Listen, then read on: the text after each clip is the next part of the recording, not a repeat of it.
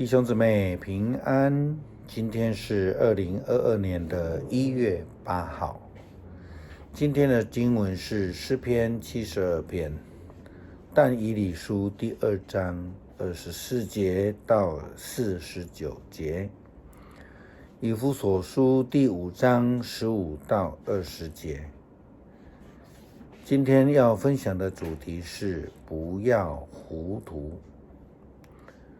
聪明智慧是许多人所喜欢追求的，我们也看到所罗门王所追求的也是智慧。创世纪当中的亚当也追求着智慧，甚至是上帝所禁止他的。成为一位有智慧的人当然是有必要的，因为圣经也告诉我们，敬畏耶和华是智慧的开端。但是千万要小心，因为追求什么样的智慧是有关系的。我们要追求属于上帝的智慧，并且应该用它来作为上帝仆人，作为服侍人的工具。追求上帝的智慧，不要做糊涂的人。昨天我们也谈到了尼布甲尼撒王的梦，在读经的分享里面，我们谈到牧师基本上认为他是一位有智慧的人，因为他懂得去追求智慧。虽然他是一位外邦人，虽然他并不认识上帝，但是当他在有机会的时候，他就马上抓住了。反观那一些犹太人，他们自以为自己是选民，所以他们对上帝的救恩就有一点不理不睬，他们拒绝甚至杀害了基督。这样看来，哪一个是有智慧的？哪一个是糊涂的呢？在圣经马太福音也这样讲到，他说：格拉逊啊，你惨了；伯赛大，你惨了。我在你们中间行的神迹，若是行在泰尔西顿的话，他们早就穿麻衣，披麻戴孝，而且撒灰悔改了。我告诉你们，在审判的日子，泰尔西顿领受了刑罚，当要比你们所受的还要更好忍受。我们另外也从但以理书第2章24到49节的经文来看到，尼布甲尼撒王在国内找不到可以解释他的梦的人，他就降卑向这个奴隶来求救上帝也将这个梦的启示赐给了但以理，让他可以非常明白的了解尼布甲尼撒王的梦，并且可以非常明确的解释。但以理告诉尼布甲尼撒王说，现在我也得到启示，这并不是因为我比别人聪明，而是要让陛下知道这梦的意思和王心中的意念，因为这个智慧是来自上帝，不是来自但以理本身。这也难怪巴比伦国内找不到有人能够解释梦境。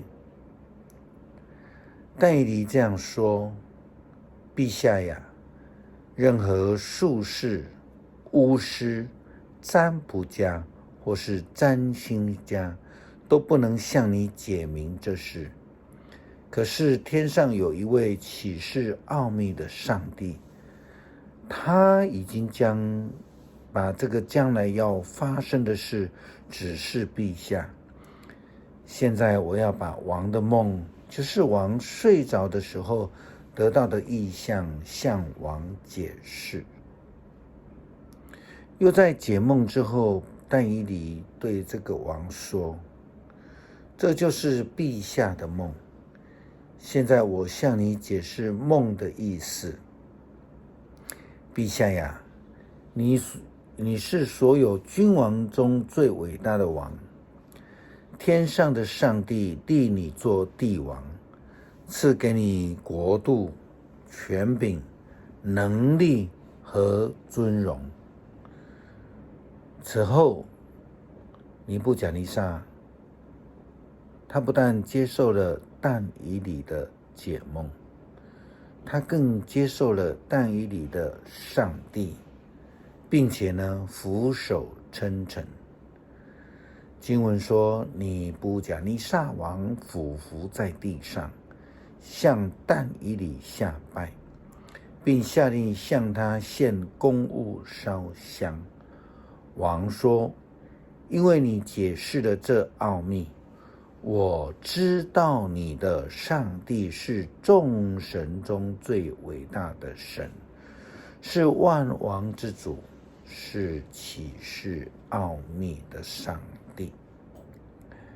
这样的人，尼布甲尼撒王是有智慧的，因为他不但接受了上帝的智慧，正如同圣经里面说的，敬畏耶和华是智慧的开端。接受了上帝的智慧，人就不再自我中心，就不会再糊涂了。保罗劝勉以弗所教会的信徒，他这样说道：所以你们的行为要谨慎，不要像无知的人，要像智慧的人，要善用每一个机会，因为目前的日子很险恶，因此不要做糊涂人，要明白主旨意是什么。不要酗酒，那是会败坏人的。要被圣灵充满，要用诗篇、圣诗、灵歌对唱，要从心底发出音乐，颂赞主，向他唱歌。要奉我们主耶稣基督的名，常常为各样的事感谢父上帝。是的，基督徒应当顺服、谦卑，接受上帝的救恩，遵行上帝的旨意和诫命。